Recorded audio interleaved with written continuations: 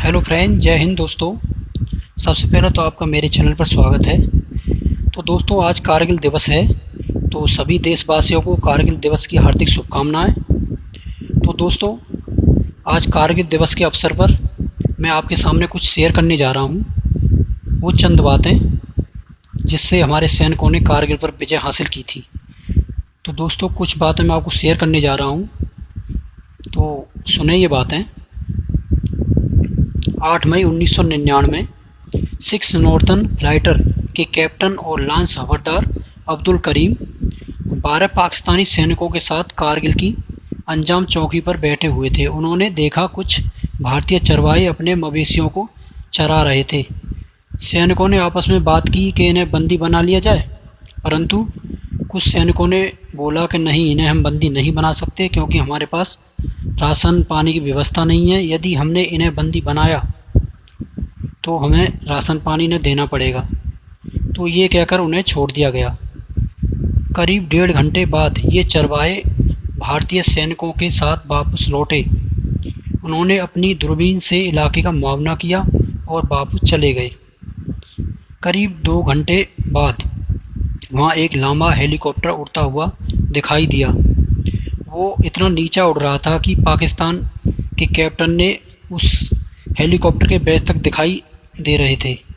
ये पहला मौका था कि भारतीय सैनिकों को ये भनक लग चुकी थी कि पाकिस्तानी सैनिकों ने उनके क्षेत्र पर कब्जा जमा लिया है।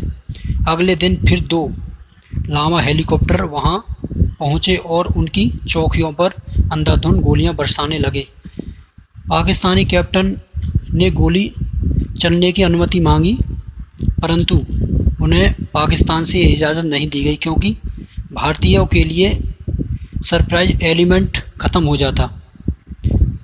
हाँ दोस्तों, बाकी कैप्टन ने हमारे जो फाइटर विमान थे उन पर गोली चलाने की इजाज़त मांगी। ये एक मीडिया के मुताबिक कहा जा रहा है कि उन पर गोली चलाने की, मगर ऐसा कुछ है नहीं। हाँ दोस्तों, इससे भारतीय अधिकारियों को यह आभास हो गया कि हाँ, पाकिस्तान ने उसके एक हिस्से पर घुसपैठ की है, लेकिन उन्हें ये लगा कि उसे हम अपने स्तर पर निपटा लेंगे। इसीलिए उन्होंने यह बात राजनीतिकों को शेयर नहीं की। उस समय भारत के विदेश मंत्री के बेटे मानवेंद्र सिंह, जी हाँ, मानवेंद्र सिंह एक ज़माने में इंडियन एक्सप्रेस के संपादक थे। उनको जब इस बात का एहसास हुआ कि पाकिस्तानी सैनिकों ने हमारे कारगिल हिल्स पर अपना कब्जा जमा रखा है, तो सुबह मॉर्निंग में उन्होंने अपने फादर से इसके बारे में चर्चा की। जब यह बात भारतीय राजनेताओं को पता चला तो उनके पैरों से ज़मीन निकल गई।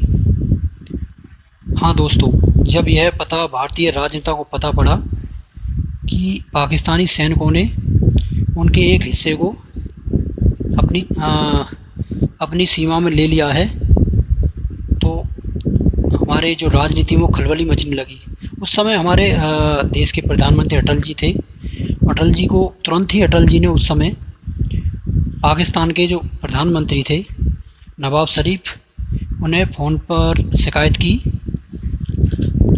कि आप ये क्या कर रहे हैं। एक तरफ तो आप मेरे साथ दोस्ती का हाथ बढ़ाते हैं और दूसरी तरफ आप अपने सैनिकों को कारगिल की पहाड़ियों पर भेज देते हो। नवाब शरीफ ने कहा, इस बात का मुझे कोई भी जानकारी नहीं है, मैं इस बात की मुशर्रफ से जानकारी लेता हूँ और उन्हें फ़ोन पर बात करूँगा। किंतु अटल जी ने यह कहकर उन्हें रोका, ये सब ठीक है, लेकिन मेरे बगल में एक व्यक्ति बैठे हुए हैं, आप उनसे बात कर लीजिए। हाँ दोस्तों, अटल जी ने के पास उस समय दिलीप कुमार का थोड़ा नज़दीकी संबंध थे, तो दिलीप कुमार उनके पास बैठे हुए थे। तो जब दिलीप कुमार की शरीफ जी से बात हुई तो दिलीप कुमार ने शरीफ जी से कहा कि आपसे ऐसी उम्मीद नहीं थी कि आप हमारे साथ ऐसा कर सकते हैं। आपने भारत और पाक के बीच शांति का वादा किया था। मैं इस समय आपसे बेहद खफा हूँ। आप जानते हैं भारत और पाकिस्तान के बीच तनाव कब कब बढ़ता है। भारतीय मुसलमान हमेशा तनाव जब महसूस करता है जब पाकिस्तान में कुछ होता है। हाँ दोस्तों, ये हकीकत है। जब जब पाकिस्तानियों को जब जब ये महसूस होने लगता है कि यहाँ कुछ आपदा होने वाली है, तो उसका जो विरोध है वो हिंदुस्तान में पहले महसूस होने लगता है। हाँ दोस्तों, तो इस बात की जानकारी हमारी जो खुफिया एजेंसी होती है उसको भी नहीं लग पाई थी कि पाकिस्तान ने हमारे एक हिस्से पर, हमारी चोटियों पर कब्जा कर लिया है। हाँ दोस्तों, कहीं कहीं हलकों में इसकी आलोचना होने लगी।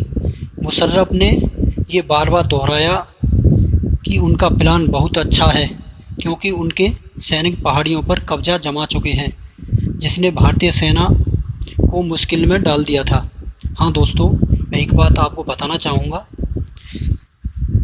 कि जब उनके सैनिक पहाड़ियों पर अपना कब्जा जमा चुके थे, तो हमारे सैनिक जब जा रहे थे तो नीचे उनके सैनिकों ने ऊपर से गोलीबारी स्टार्ट कर दी थी।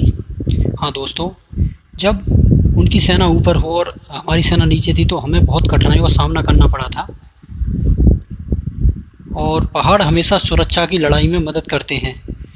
जब युद्ध हुआ तो भारतीय सैनिकों को काफ़ी मुसीबतों का सामना करना पड़ा, जिसमें हमारे लगभग 600 से 700 सैनिक शहीद हुए और 1500 से 1600 सैनिक घायल हुए, जो मीडिया की नज़र में था। मई में हमें कुछ नुकसान हुआ, यानी मई महीने में हमें बहुत बड़ा नुकसान उठाना पड़ा था। इस बीच पाकिस्तान के लगभग 1700, हाँ जी दोस्तों, इस बीच लगभग पाकिस्तान के 1700 सैनिक भारतीय सीमा के जो अंदर में 8 से 9 किलोमीटर की दूरी तक आ गए थे। हाँ दोस्तों, इस पूरे ऑपरेशन में भारत के लगभग 527 सैनिक शहीद हुए थे और लगभग 1100 जवान घायल हुए थे। जी दोस्तों, इसमें मुशर्रफ को आखिरकार यह कहते हुए हार माननी पड़ी थी कि राजनयिकों ने मेरा सहारा नहीं दिया। हाँ दोस्तों, मतलब इसमें जो मुशर्रफ साहब थे, वहाँ के सेना के कमांडर, उन्होंने जो हार का जो क्या कहते हैं संरक्षण उन्होंने सर्वे किया, तो उसमें उन्होंने ये कहा कि जो पाकिस्तान के जो राजनेता होते हैं उन्होंने उसका साथ नहीं दिया, नहीं तो कहानी हमारे पक्ष में होती। हाँ दोस्तों, इस लड़ाई में हमारी जो वायुसेना थी वो उसने बहुत निर्णायक भूमिका निभाई थी। उन्होंने पाकिस्तानी पार सीमा पर बम गिराना शुरू कर दिया। इसमें हमारे एक हेलीकॉप्टर और 2 जेट विमान पाक सीमा में ही नष्ट हो गए थे। जून के महीने में जो मोमेंटम हुआ उससे हमें काफ़ी पॉजिटिव रिपोर्ट मिली। जी दोस्तों, वो हमारे लिए बहुत अच्छा हुआ था। इस बीच पाकिस्तान के प्राइम मिनिस्टर को ये आभास हो चुका था कि वो डर चुके थे कि हाँ, हम इसमें हमारी हार निश्चित है। तो उन्होंने इसी बीच वो अमेरिका जा पहुँचे और युद्ध विराम के लिए अमेरिका की शरण में जाना पड़ा।